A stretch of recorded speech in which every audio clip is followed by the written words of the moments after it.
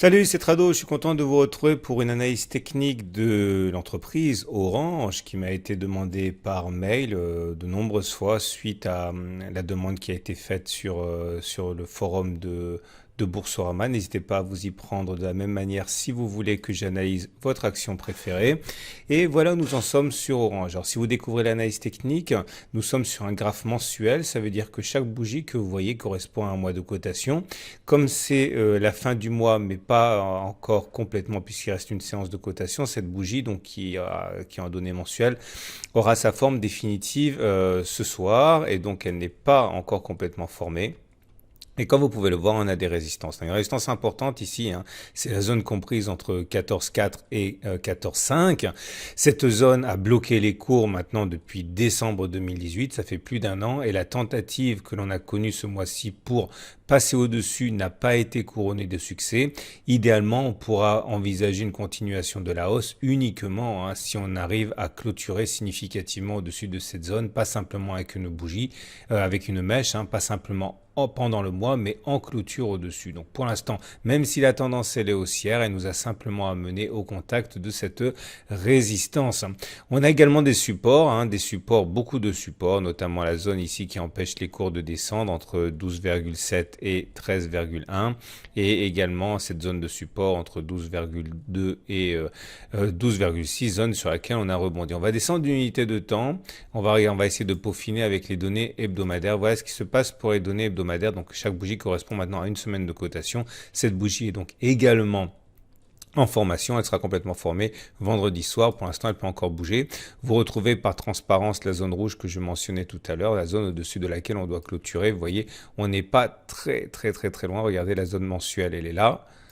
Ok, et on est en dessous, et c'est bien la même zone que l'on retrouve en données hebdomadaires ici.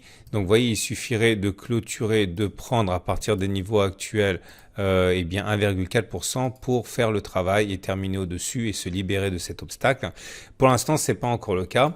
La tendance là aussi, elle est haussière. Vous voyez, le moyen mobile à 20 périodes monte et on a des supports et des résistances également sur cette unité de temps. Vous voyez, tout d'abord, là, on est justement sur un support, on a rebondi, on est en train de rebondir dessus. C'est assez clair. Pourquoi un support? Tout simplement parce que c'était une résistance ici et lorsqu'une résistance casse, comme ça a été le cas ici, elle change de polarité, elle devient support et c'est pour ça qu'on a rebondi ici et là. Donc on peut toujours espérer que toute cette zone grise ici, comprise globalement entre 13,9 et 14,2, soit une zone où les rebonds puissent avoir lieu. Pour l'instant, ça a l'air de tenir, mais vous avez compris, il faut surtout passer au-dessus de cette zone rouge et ensuite, pourquoi pas, défier la zone de résistance hebdomadaire ici qui nous a bloqué entre 14,9 et 15 euros. Donc on retient pour l'instant qu'on est dans une zone hebdomadaire de rebond et on est en tendance haussière. Maintenant on va essayer de peaufiner pour terminer avec les données journalières pour comprendre ce qui se passe. Là aussi, vous voyez, on retrouve la zone grise que j'ai mentionnée préalablement.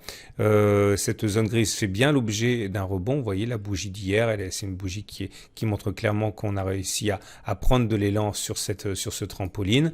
Nous avons toujours, vous l'avez compris, l'espoir de passer au-dessus de la zone rouge. Maintenant, le danger ici, c'est que la moyenne mobile à 20 jours, elle est au-dessus des cours. Alors, on n'est pas en tendance baissière parce que pour qu'on soit en tendance baissière, il faudrait que la M20 soit descendante. C'est pas le cas, elle est toujours haussière. Enfin, là, elle s'aplatit, disons. Donc, on a perdu de la tendance en données journalières. On n'est plus en tendance haussière, on n'est plus en tendance baissière, on est en tendance neutre, mais avec une zone de rebond sous nos pieds. Alors maintenant, si tout se passe bien, le prochain obstacle, si on arrive à passer les 15, eh bien, le prochain obstacle, eh bien, il est loin. On n'a pas grand-chose pour nous empêcher de rebondir. On a 15% quasiment sans obstacle. Pourquoi? Vous regardez en données hebdomadaires, justement. C'est la zone que vous allez retrouver ici.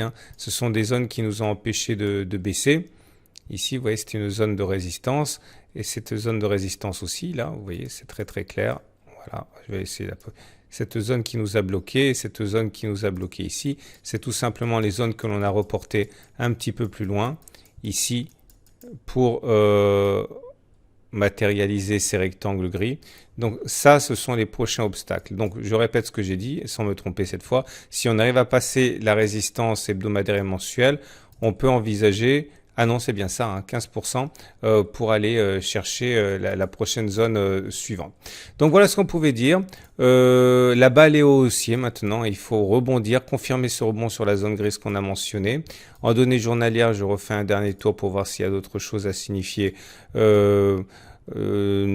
Si on regarde l'Ishimoku, parce que ça peut être intéressant, l'Ishimoku, vous voyez, le nuage, il était plat. Maintenant, il est clairement ascendant. Ça veut dire que la tendance, elle est haussière pour l'analyse Ishimoku. On peut également peaufiner un petit peu avec les bandes de Bollinger. Comme vous pouvez le voir, les bandes de Bollinger eh bien, étaient en tendance haussière avec des parallèles haussières. La Bollinger supérieure qui monte, la Bollinger inférieure qui montait également. Pour l'instant, ça a l'air de se casser un petit peu puisque la Bollinger supérieure descend. Maintenant, la Bollinger inférieure monte toujours.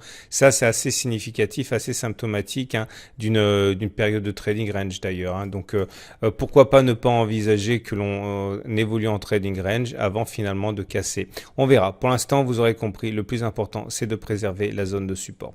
Voilà, je vous souhaite une excellente journée.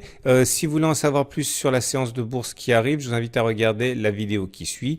Et n'oubliez pas non plus hein, de faire vos demandes pour les actions par le biais de Boursorama pour bénéficier de plus de demandes. Et moi, je tenterai de vous faire plaisir aussi vite que possible.